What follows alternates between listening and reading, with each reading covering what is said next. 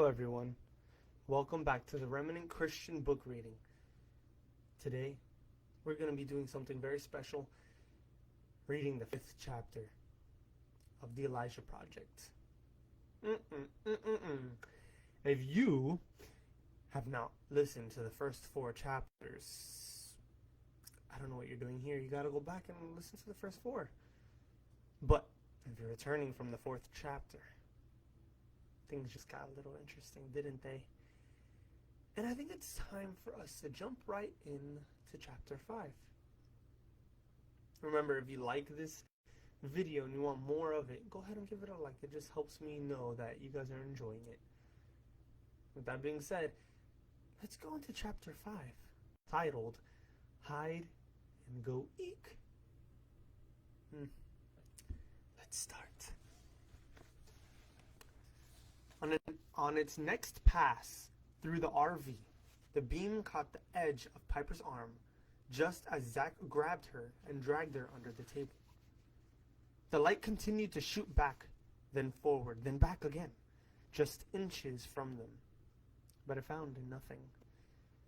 All while this happened, the red-haired woman continued yanking and pulling at the door.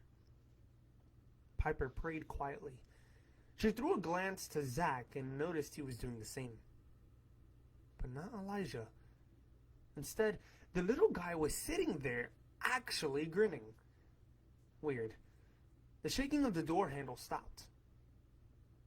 They must have gone down the alley, a man's voice said. Check it out, the woman ordered. Bruno, go the other way. What are you going to do? Call the compound. Now hurry. We've got to find them. The beams of light disappeared and the footsteps began moving off. Interesting way to start off the chapter.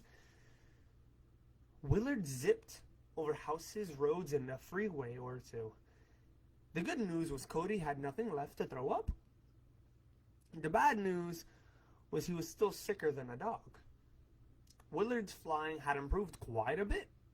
And other than that one close call with the 747 coming in for a landing, never fly a helo hopper near a major airport, he did pretty well. Soon, they were soaring over the homes in Pasadena. We're getting close, he shouted, looking at the GPS tracker. She's in this neighborhood. I hope she's okay, Cody yelled back. There was something about her voice. Moments later, Willard shouted, I'm landing! The last transmission was on this block! As Cody nodded as Willard reduced power. Unfortunately, he reduced it just a little too much. They fell like a rock. Ah! Cody yelled. Ugh! Willard agreed. They slammed hard onto the road and boing! Bounced back up. And slammed hard and boing! And slammed hard and, well, you get the picture.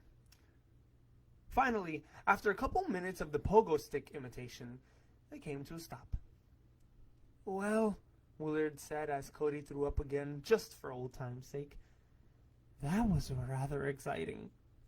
He turned to Cody and said, You appear somewhat pale, my friend. Might I suggest you get a little more sun? Cody said nothing. He was just grateful to be back on the ground. When he finally did speak, he managed to squeak out the words. Are you sure this is the right place?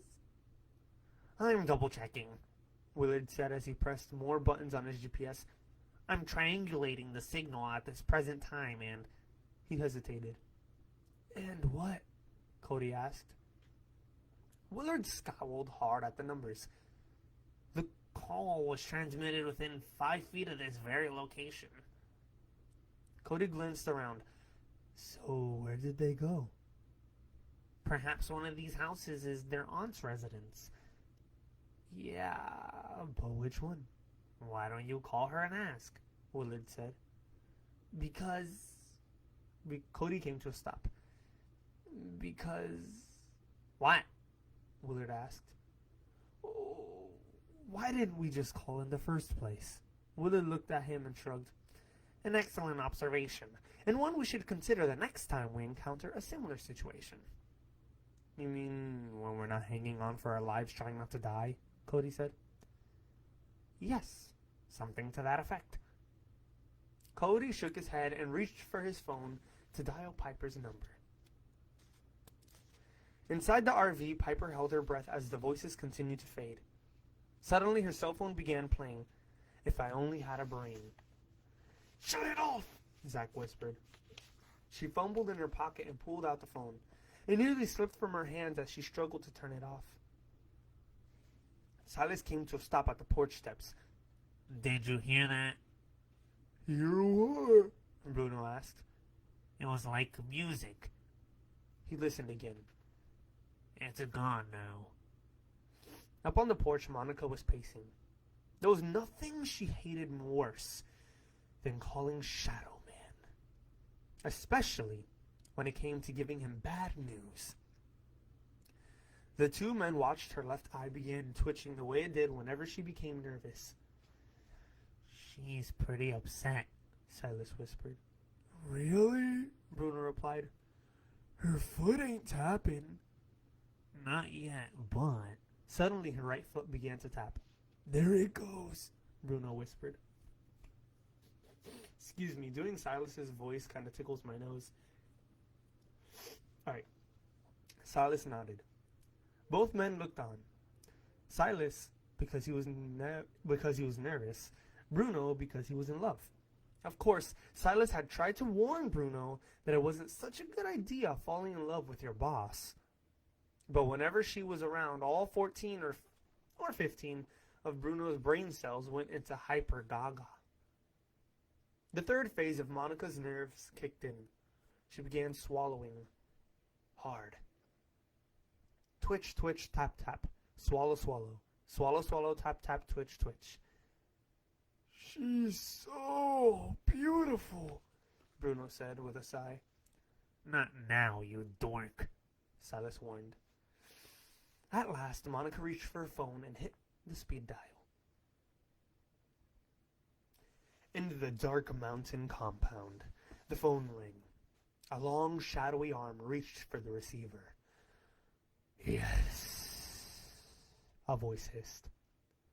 Monica answered. We're still looking for them, sir.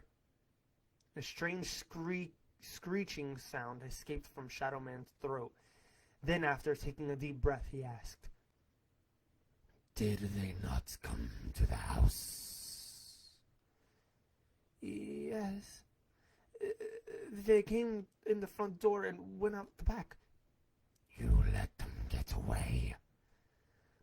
No, I mean, yes, I mean, we're looking for them right now, and another screech leapt from Shadow Man's throat.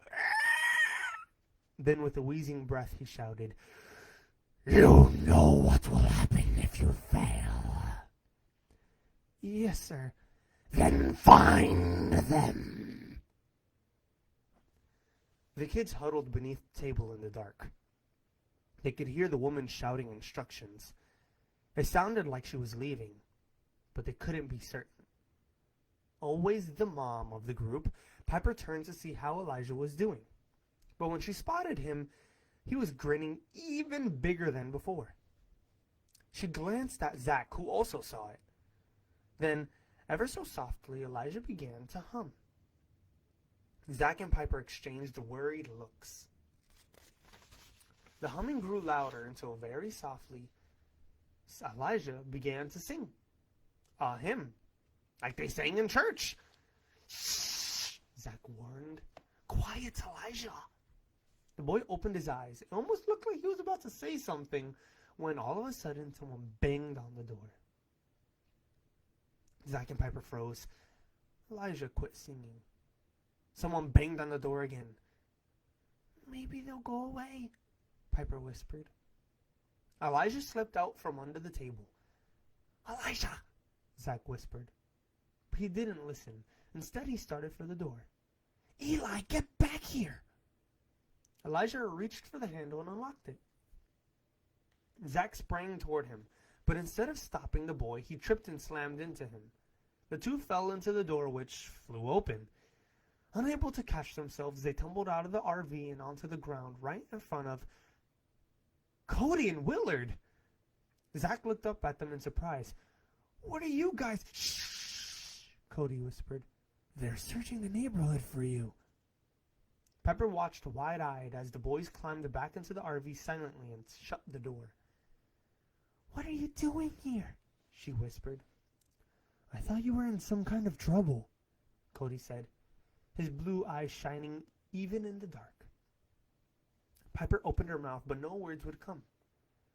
Willard explained, "We flew my helo hopper over." Before Piper could ask what a helo whatever was, her brother had moved to the windshield and was looking outside. "What do you observe?" Willard asked. "They might have gone around front. They're nowhere in sight, at least for now." "What do we do?" Piper asked, still unable to take her eyes from Cody's. Zach sighed heavily. "We can't stay here." "Maybe we should make a run for it," Cody offered. "I do not believe that is advisable," Willard said. Piper nodded. "Willard is right. We can never outrun them, at least not on foot." As Cody looked at the driver's seat, a thought began taking shape. Who said anything about using our feet? He moved to join Zach at the front of the RV. "Does this thing run?" Zach looked to him, then back to the driver's seat. "I guess there's only one way to find out." He fished into his pocket to pull out the key Elijah had given him. Piper's heart raced. "Zach, you're not going to try to start it?" "You got any better ideas?" Once again, she opened her mouth, and once again, there were no words. Zach slipped into the seat, bent over to find the ignition, and inserted the key. "Well, here goes nothing." And nothing is exactly what happened, except for the dull click of the starter. He tried again. Another click. "Battery's dead," Cody said. Zach nodded. "Now what?" Piper groaned. She glanced back to Cody, who had already turned to Willard. "Well," Willard cleared his throat, "it is perhaps possible to connect the battery of my helo hopper to the battery of the RV. That may generate enough electrical power to..." "Right," Cody interrupted, "but we need jumper cables." "There might be some in the shed," Zach suggested. "It's locked," Piper reminded him. "Perhaps we could reroute the starter to my battery," Willard suggested. "Then onto the RV's battery, provided we can secure enough wire from the accessory panel." The group traded looks. "What are we waiting for?" Zach blurted. "Let's get to work!" Mom and Dad had no idea where they were. It was some sort of storeroom with office supplies. They were tied together back to back in two wooden chairs. And even though their backs were to each other, Dad could still hear his wife's quiet tears. "Sweetheart, we've got to be strong," he said. "I know," she answered hoarsely. "I just can't stop worrying about the kids." "They'll be all right. Zach is tough, and Piper is smart." She softly sniffled. "I just wish we could contact them, let them know we're okay." "And make sure they don't come looking for us," Dad added. "Oh, Mike," she sucked in her breath. "You don't think they would, do you?" To be honest, he wasn't certain. He wished he could warn them and tell them not to fall for any tricks. To help calm his wife, he tried changing the subject. "Let's see if we can get out of these ropes." "How? They've got us tied so tightly I can barely move. No way we can break free of these chairs." For the 100th time, he tried moving his own arms and legs, and for the 100th time, he failed. She was absolutely right. There was nothing they could do. Unless... An idea began to form. Maybe we can't break free of the chairs, he said. But maybe they can break free of us. What? We can't move in these chairs, but what if we could break one? It might give us room to wiggle. Here, start rocking with me. What do you... The floor is concrete. If we fall hard enough and slam the chairs onto the concrete, we might be able to break them. Or our backs. It's worth a try, he said. What else can we do? Mom had no answer. She started to rock slowly. Come on, join me.